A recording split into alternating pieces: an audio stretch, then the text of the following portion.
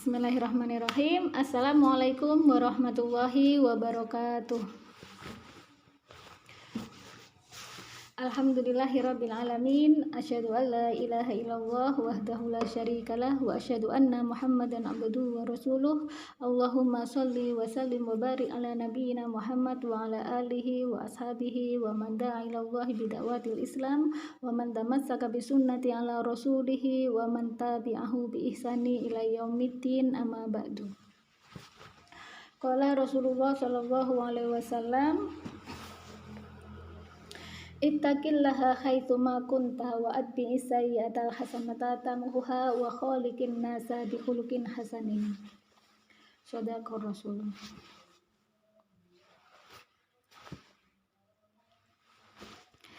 Segala puji bagi Allah Subhanahu wa taala.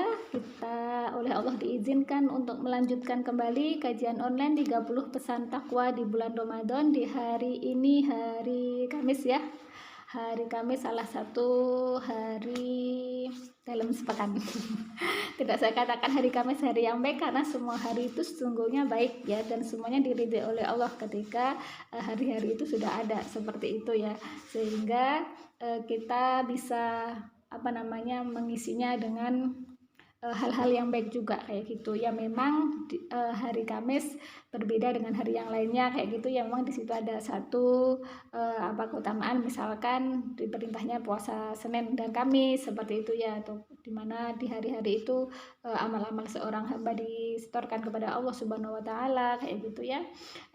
Jadi ada satu kelebihan kayak gitu. Tapi kalau mau menuntut hadis-hadis yang lain kayak gitu ya, nanti akan ketemu juga apa dari hari Sabtu itu ada apa, kemudian long Sabtu ya, maksudnya Ahad apa, Senin apa, Selasa apa, itu Rabu apa gitu. Insya Allah itu ada hadisnya, cuman saya belum belum kembali membaca itu. Udah lama saya sempat membaca terkait dengan beberapa hari ya, nggak semuanya sih, beberapa hari aja yang kemudian memang ada hadisnya terkait dengan hari-hari tersebut kayak gitu ya. Tapi yang pasti semua hari adalah hari baik ya. Kenapa kemudian teman-teman saya tulis di awal tadi itu, semoga hari ini semuanya pada bersyukur kayak gitu ya. Sesungguhnya kalau saat ini teman-teman bisa bernafas dengan mudah kayak gitu ya, tanpa berbaring di atas kasur kayak gitu ya, bisa berjalan, bisa beraktivitas dari bangun tidur sampai saat ini kayak gitu, maka itu sungguh nikmat yang luar biasa yang Allah berikan kepada kita kayak gitu. Kenapa? Karena di luar sana kalau kita masuk ke rumah sakit kayak gitu, kita lihat saudara-saudara kita, mereka semuanya berbaring ya, harus menerima kondisi sakit sehingga tidak bisa menjalani aktivitas puasa sebagaimana kita, kemudian tidak bisa kemudian dengan luas ya memandang alam karena harus tertutup dengan kamar-kamar yang ada di dalam rumah sakit seperti itu ya. Dan tentunya juga dalam kondisi serba mungkin ya ingin segera keluar dari kondisi itu kayak gitu ya, istilahnya tidak nyaman seperti itu ya. Jadi kita harus bersyukur saat ini kalau kita oleh Allah diberikan kesehatan sehingga kita tidak mengeluh, tidak maksudnya kita tidak merasakan sakit di antara tubuh kita kayak gitu ya. Makanya kita harus bersyukur kepada Allah Subhanahu wa taala kayak gitu. Belum lagi kalau kita mendengar kabar saudara-saudara kita yang ada di Palestina kayak gitu ya, sampai saat ini Zionis Israel belum berhenti kayak gitu, terus menyakiti kaum muslimin yang ada di Palestina seperti itu ya. Jadi kita harus bersyukur dengan kondisi kita saat ini yang bisa beraktivitas leluasa tanpa ada satu halangan apapun seperti itu, maka itu adalah sungguh nikmat kayak gitu. Maka kalau kita bersyukur, insya Allah kondisi yang nikmat ini akan Allah dipertahankan seperti itu. Tapi kalau kemudian kita kufur dengan kondisi yang serba enak ini kayak gitu ya, dengan bermaksiat kepada Allah, dengan melalaikan Allah seperti itu, maka jangan salahkan Allah Subhanahu wa taala kalau kemudian kita diberikan ujian sebagai penebus dosa dari kesalahan-kesalahan tersebut seperti itu ya. Jadi mari kita bersyukur ya. Fadkuruni askurkum kayak gitu ya. Bersyukurlah ingatlah aku dan bersyukurlah kepada Allah Subhanahu wa taala, kayak gitu.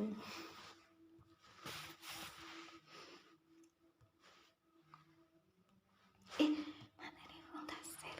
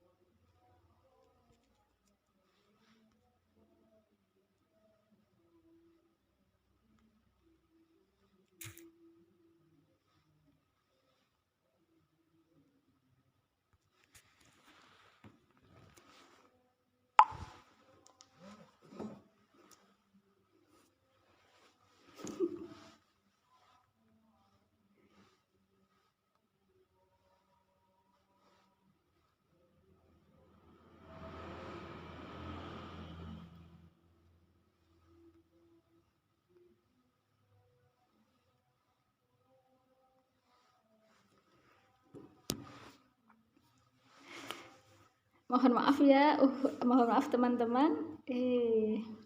Mohon maaf teman-teman, ini tadi agak sedikit beberapa menit ya, karena saya lupa tadi itu saya buat slide-nya ini ada di HP satunya, belum saya kirim ke HP sini, jadi harus pindahkan file dulu seperti itu ya. Ya, seperti yang ada tertulis di slide, kita hari ini akan bahas terkait dengan bertamu nyelonong aja bolehkah, kayak gitu ya. Jadi ternyata Islam pun juga punya aturan syariah ya, punya syariah terkait dengan bertamu kayak gitu. Kita kan kalau di desa kayak gini kan biasa ya datang ke rumah saudara kayak gitu ya, atau kemudian tetangga dekat gitu kan. Rumah di desa itu seringnya buka-bukaan aja kayak gitu ya, nggak tertutup kayak gitu, sehingga kadang-kadang kita kalau masuk rumah kadang-kadang bulus gitu aja atau nyelonong aja kayak gitu, atau kemudian kalaupun manggil-manggil ya masuk gitu aja. Misalkan saya dekat dengan rumahnya mbah saya ya kayak gitu, biasanya saya langsung lewat, yang biasa saya lewatnya lewat belakang kayak gitu, lewat dapur kayak gitu, bah gitu, sambil masuk kayak gitu ya, tanpa kemudian mbahnya tadi udah jawab apa belum kayak gitu, pokoknya masuk gitu aja. Atau Pak Lek yang dekatnya dengan Lek kayak gitu, kadang-kadang juga langsung nyolong masuk gitu aja. Nah, kita hari ini akan bahas ini kayak gitu, apakah yang seperti itu boleh ataukah kemudian ada ketentuan syariah yang menjelaskan berkaitan dengan hal bertamu ya. Yang pertama, sebelum ke ayat yang jawaban dari Al-Qur'an ya kayak gitu ya, kita definisikan dulu tamu ya. Jadi setiap orang ya yang itu bukan penghuni dari rumah itu berarti itu adalah tamu, meskipun tamu itu ada yang terkategori sebagai saudara, masih kerabat kayak gitu, atau bukan kerabat atau tidak ada talian hubungan darah seperti itu ya, maka itu adalah yang disebut dengan tamu kayak gitu. Kalau dari sisi jauh, jarak kayak gitu ya, berarti ada yang tamu jauh dari luar kota yang jauh ataupun dari yang dekat kayak gitu. Tapi kalau definisi jauh dekat tadi itu dikaitkan dengan kekerabatan, itu berarti kalau yang dekat itu berarti ya masih punya hubungan darah kakak adik kayak gitu ya. Nanti agak jauh lagi, sedikit jauh ya, misalkan bule, Pak Lek, sepupu kayak gitu. Nanti agak jauh lagi mbah-mbah itu, mbah-mbah yang dari kakek kayak itu ya, bapak ibu dari kakek nenek, atau kemudian nanti agak lagi, nanti misalkan anaknya sepupu, kemudian sepupunya anak. Jadi begitu itu kalau dari sisi jauh dekatnya dilihat dari sisi kekerabatan. Tapi kalau kemudian dilihat dari sisi jarak seperti itu, maka jarak tempuh kayak gitu ya, berarti yang tamu yang jauh itu adalah di luar kota, yang misalkan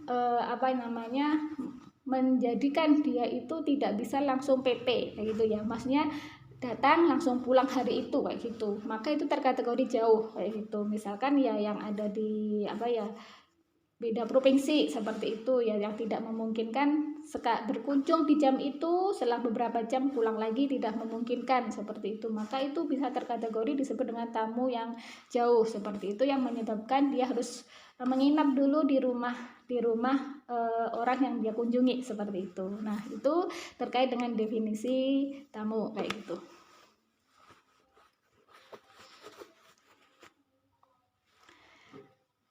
Kita sebagai manusia pastinya pernah bertamu kan ya, nggak mungkin manusia sebagai makhluk sosial kemudian di rumah dia sendiri kayak gitu, nggak pernah berkunjung ke rumah orang lain, pasti nggak mungkin kayak gitu.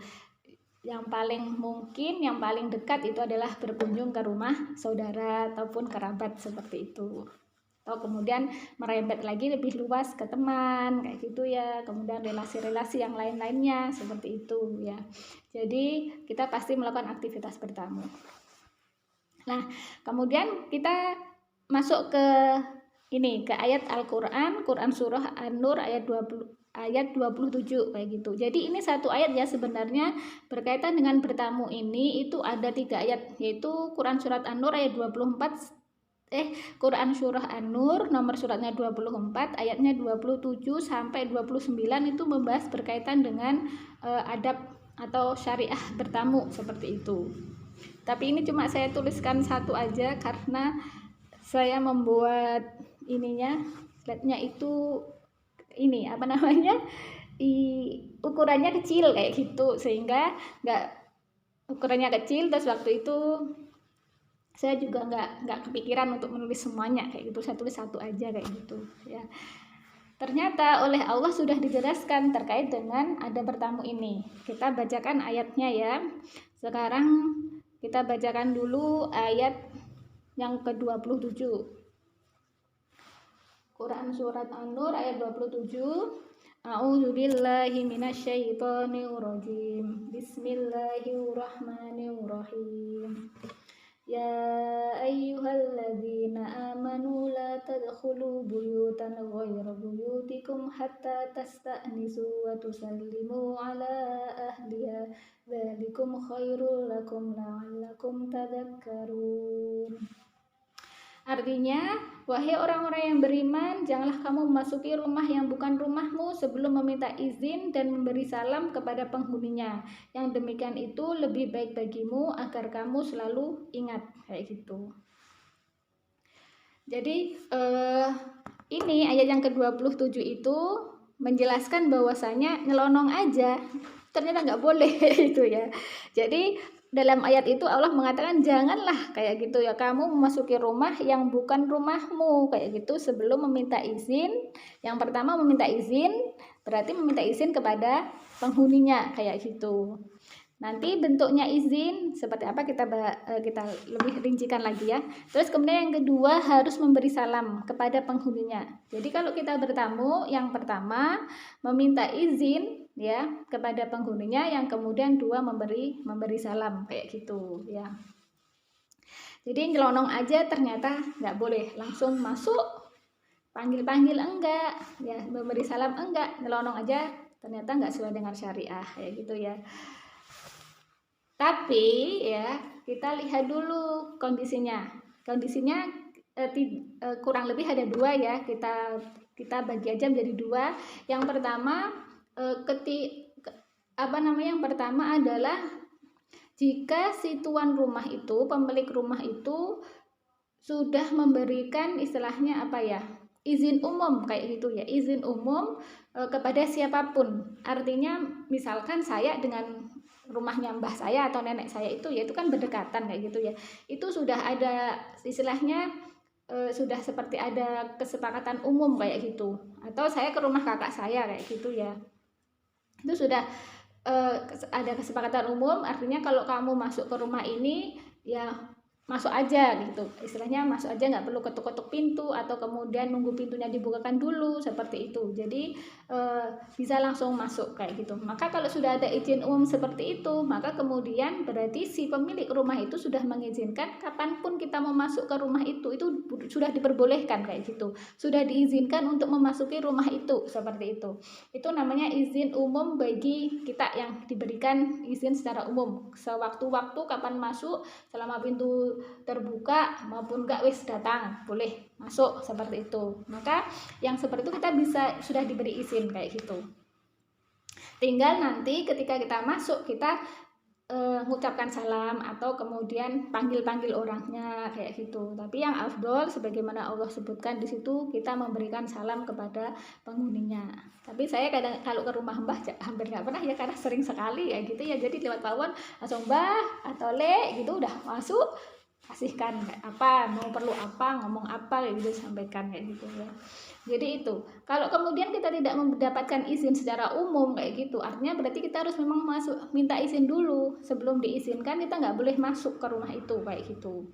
Jadi misalkan ya kita bertamu ke saudara jauh kayak gitu ya, atau kemudian teman kayak gitu, atau relasi yang lainnya seperti itu, kalau tidak ada izin secara umum ya kapanpun kamu boleh masuk, maka kita harus menunggu pintu itu dibukakan, atau kalau nggak pintu dibukakan tandanya dipersilahkan, silahkan masuk kayak gitu. Nah kalau sudah dipersilahkan untuk masuk berarti itu tanda izin boleh masuk kayak gitu, kita boleh masuk. Maka sebelum masuk kita memberikan salam, itu sebagai adab yang kedua setelah dapat izin untuk masuk kayak gitu ya, memberikan salam kepada penghuninya. Jadi itu ya terkait dengan adab ketika kita bertamu kayak gitu. Nah kemudian kadang-kadang kita bertamu ke rumah seseorang yang dimana rumahnya tutupan kayak gitu, nggak terbuka pintunya, ataupun juga terbuka pintunya kayak gitu. Apalagi kita kan nanti Ramadan Syawal pasti berkunjung-kunjung kan ya, berkunjung ke kerabat, ke saudara, ke tetangga, kemudian teman, relasi yang lainnya yang sekiranya ingin kita kunjungi mereka seperti itu. Nah berarti ilmu hari ini penting ya untuk kita pahami, sehingga kita tidak nyelonong aja kayak gitu. Nah ternyata ayat berikutnya terkait dengan meminta izin itu ada batasannya. Maksudnya meminta izin itu kan bisa jadi dengan ketuk-ketuk atau kula nuwun kayak gitu ya, atau kemudian ngebel ya, pencet bel seperti itu ya. Nah itu ternyata ada batasannya ya. Di ayat yang ke-28 itu Allah berfirman, A'udzubillahi minasyaitonirrajim. Bismillahirrahmanirrahim. Fa illam tajidu fiha ahadan fala tadkhuluha hatta yu'dzana lakum wa in qila lakum irji'u farji'u huwa azka lakum wallahu bima ta'maluna alim. Artinya, dan jika kamu tidak menemui seorang pun di dalamnya, maka janganlah kamu masuk sebelum kamu mendapat izin kayak gitu. Dan jika dikatakan kepadamu kembalilah, maka hendaklah kamu kembali, itu lebih suci bagimu dan Allah Maha mengetahui apa yang kamu kerjakan kayak gitu. Nah ayat ini mulai dari 27 sampai 28 itu dalam tafsir Ibnu Katsir itu ada penjelasannya ya. Ya bahwasanya itu berkaitan dengan syariah meminta izin sebagaimana sudah saya jelaskan tadi ya. Nah kemudian diterangkan bahwasanya permintaan izin untuk masuk ya, entah dengan mengetuk pintu, ngebel, atau kemudian totok-totok, atau kemudian mengucapkan salam sama ketuk-ketuk pintu kayak gitu ya, itu dilakukan maksimal 3 kali. Jika tidak ada jawaban maka harus kembali kayak gitu. Mana itu hadisnya? Hadisnya ya hadis sahih ya, bahwasanya ketika Abu Musa meminta izin masuk ke rumah Umar, maka tidak ada yang mendengar suaranya. Dia mengulanginya sampai 3 kali kayak gitu. Ketika tidak ada jawaban juga, dia pun pergi kayak gitu. Umar kemudian berkata, tidakkah kalian mendengar suara Abdullah bin Qais meminta izin masuk? Izinkan dia masuk. Kemudian mereka mencarinya dan mendapatinya telah pergi. Ketika ditanya, kenapa engkau kembali? Maksudnya pulang kayak gitu. Kemudian Abdullah bin Qais menjawab, aku telah mengucapkan salam 3 kali, tetapi tidak ada jawaban. Dan aku pernah mendengar Rasulullah SAW bersabda, apabila kalian meminta izin sampai 3 kali dan tidak ada jawaban, hendaklah dia kembali, kayak gitu ya. Jadi kalau kan nanti misalkan kita sawal ya, berkunjung ke rumah saudara atau kerabat atau teman atau yang lain sebagainya, diketuk-ketuk 3 kali, kita salam tok tok tok, biasanya gitu ya, assalamualaikum, kayak gitu ya, 3 kali. Atau kemudian kalau nggak begitu kita pencet belnya, kayak gitu, pencet bel seret, 1, ditunggu, kayak gitu ya, ditunggu beberapa menit, jangan langsung jarak cepat, nanti habis jatah tadi meminta izinnya. Tunggu beberapa menit, itu bel lagi, kalau nggak ada jawaban ditunggu lagi beberapa menit gitu, pencet lagi kayak gitu. Kalau ternyata sudah 3 kali, setelah 3 kali ditunggu beberapa menit, kok ternyata belum juga ada jawaban dari si penghuni rumah, maka sebagaimana dalam ayat 27 tadi, 28 tadi itu, maka kembalilah, maksudnya kita pulang ke rumah, kayak gitu. Pulang terserah ya, mau ke rumah apa mampir kemana terserah ya. Yang jelas kalau kemudian tidak mendapatkan izin, tidak ada jawaban dari pemilik rumah, maka pulang, kayak gitu. Itu yang pertama. Kemudian yang kedua, itu kan tadi nggak ada jawaban ya dari tuan rumah. Yang kedua, jika ada jawaban, ada jawaban kayak gitu. Ternyata jawabannya, mohon maaf, nggak menerima tamu, kayak gitu. Ya udah, ya. Maksudnya kalau pemilik rumah itu bilang nggak menerima tamu kayak itu, ya sudah pulang. Jangan kemudian ngedor-ngedor, maksa-maksa, aku mau masuk, nggak boleh ya. Kalau pemilik rumah bilang, mohon maaf, kami sedang tidak menerima tamu, maka kita pun sebagai tamu harus pulang kembali. Jangan kemudian memaksa, panggah pengen masuk, atau bahkan kemudian mendobrak pintunya untuk kemudian memaksakan diri untuk masuk. Maka yang demikian itu keluar dari tuntunan syariah Islam, kayak gitu ya. Tuh, berikutnya ya, ketika sambil menunggu waktu jawaban dari si pemilik rumah kayak gitu, janganlah kita intip-intip ya, intip-intip lewat jendela, diintipin kayak gitu ya, lewat jendela kayak itu nggak boleh yang seperti itu. Itu ada hadis khusus ya, cuma saya lupa bunyi hadisnya kayak gitu. Jadi nggak boleh kita intip-intip lewat kaca, ada nggak ya orangnya di dalamnya, kayak gitu. Atau kemudian waktu itu pintunya terbuka, kita melongo aja kepalanya masuk ke dalam rumah sambil lihat-lihat di dalam ada orang nggak, itu nggak boleh. Kalau sampai kemudian yang pintunya terbuka kemudian kita sampai masukkan kepala sambil nolong, itu artinya sudah memasuki rumah tanpa seizin pemiliknya, kayak gitu ya. Jadi ini hati-hati ya, kadang-kadang kita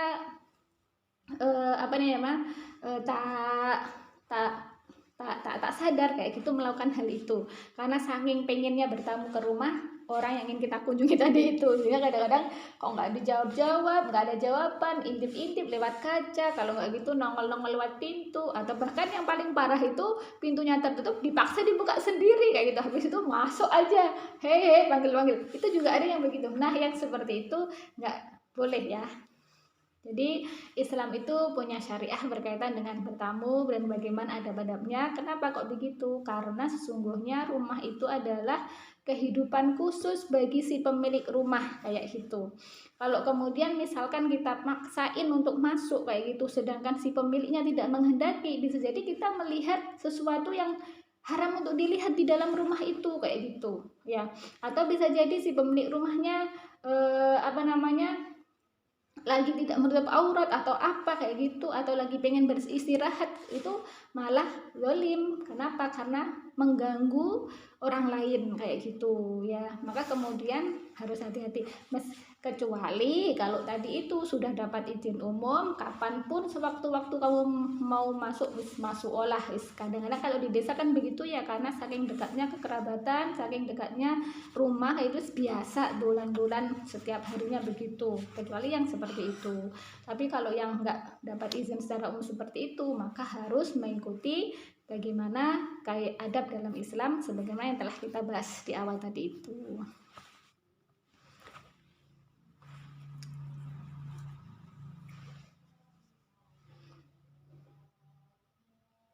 Nah, sekarang berikutnya terkait dengan ayat berikutnya, ayat yang ke-29 ya. Allah berfirman, A'udzubillahi minasyaitonirrajim. Bismillahirrahmanirrahim. Laisa 'alaikum junahun an tadkhulu buyutan ghairu maskunatin fiha mata'ul lakum wallahu ya'lamu ma tubduna wa ma taktumun. Shadaqallahul 'adzim.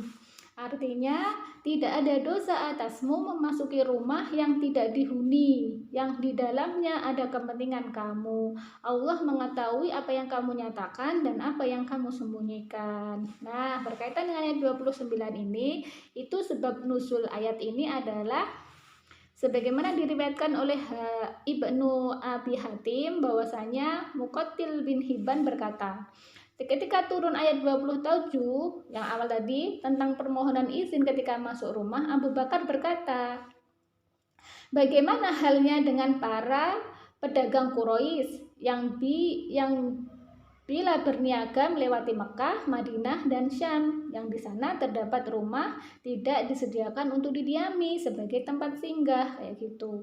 Apakah mereka harus meminta izin juga, sedangkan rumah itu tidak berpenghuni, seperti itu. Maka kemudian Allah menurunkan ayat yang ke-29 ini. Nah, kecuali kalau memang rumah itu memang menjadi rumah singgah tanpa ada pemiliknya, tanpa ada penghuninya, kayak gitu. Maka yang seperti itu kita boleh masuk tanpa izin karena memang itu dijadikan sebagai rumah bagi orang-orang musafir yang ingin istirahat singgah di situ, kayak gitu ya. Jadi kalau dulu ternyata di masanya Rasulullah ada ya rumah-rumah yang memang didirikan khusus bagi orang-orang yang melakukan perjalanan jauh seperti para musafir itu, untuk di situ bisa istirahat di situ, sehingga rumah itu tidak harus izin dulu untuk memasukinya, kayak gitu. Kecuali kalau ya begitu ya. Kecuali untuk rumah yang seperti itu maka tidak perlu izin ya, karena rumah itu memang tidak ada penghuninya. Nah, itu bahasan kita hari ini terkait dengan adab bertamu atau hukum-hukum syariah berkaitan bertamu, kayak gitu ya. Semoga apa yang kita bahas hari ini itu bisa menjadi bekal kita untuk besok ketika hari Lebaran kita berkunjung-kunjung ke rumah saudara-saudara kita ya, kerabat kita, kayak gitu, ataupun relasi yang lainnya seperti itu, dan kita bisa mengamalkan apa yang kita bahas hari ini sehingga kita bertamu pun dengan syariah Islam, baik gitu. Dan insya Allah, masya Allah ya, sungguh sangat indah adab yang Allah ajarkan ya kepada kita ya. Itu semuanya untuk kehormatan kita sebagai tamu dan kehormatan kita sebagai penghuni rumah, seperti itu ya. Jadi kesimpulannya, hak menerima tamu itu ada pada si penghuni rumah, pemilik rumah. Dan ketika kita diizinkan, maka kita memiliki hak sebagai tamu untuk kemudian diperlakukan dengan mulia sebagai seorang tamu, sebagaimana yang pernah kita bahas di beberapa pertemuan yang kemarin, kayak gitu ya.